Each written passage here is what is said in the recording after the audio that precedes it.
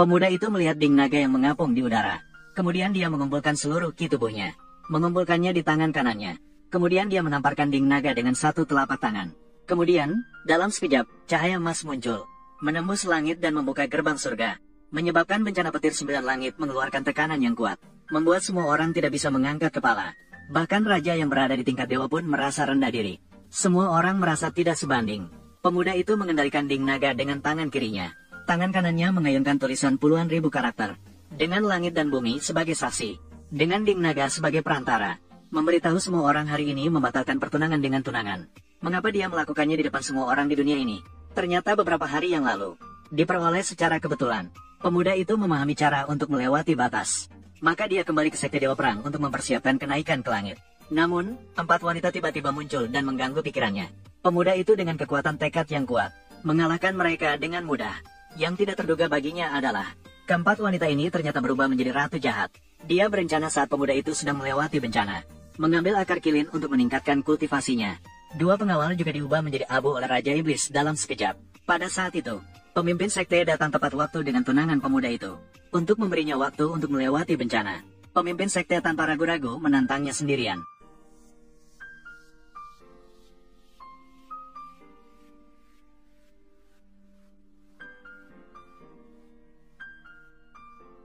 Sihir terlarang. Pada saat ini, tunangan tiba-tiba dengan pedangnya. Menusuk tubuh pemuda itu.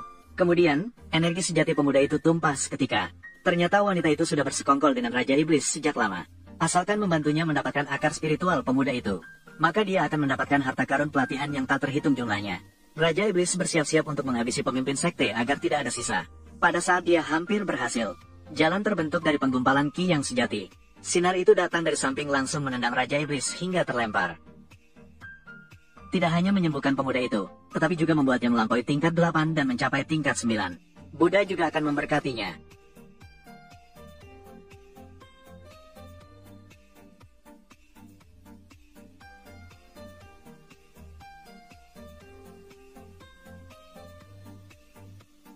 Hanya dengan kemampuanmu yang seperti itu, rencana jahat yang tidak pantas untuk diungkapkan, juga ingin menguasai dunia ini.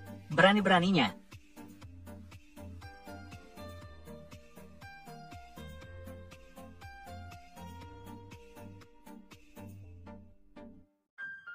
Jurus Iblis Pemakan Jiwa.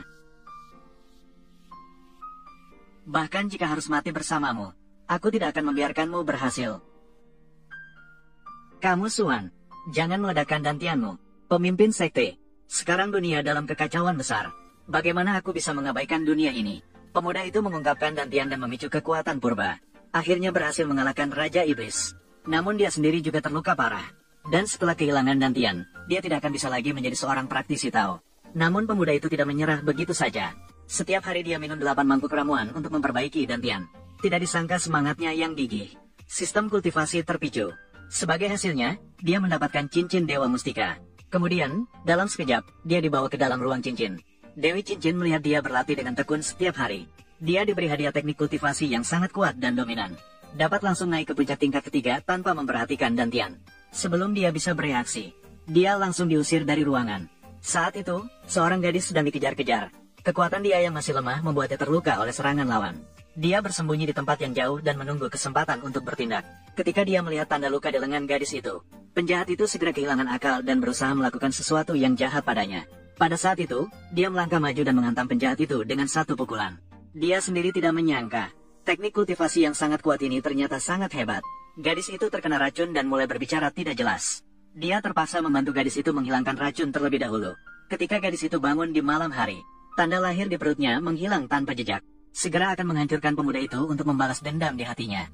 Tapi dia tidak bisa mengalahkan pemuda itu, jadi dia harus menyerah. Akhirnya mereka berdua berpisah dengan tidak menyenangkan. Setelah itu, pemuda itu kembali ke gerbang sekte. Dengan memiliki artefak, dia berencana untuk tumbuh secara diam-diam. Tidak disangka, dia kembali memicu sistem kultivasi. Mengaktifkan tugas acak.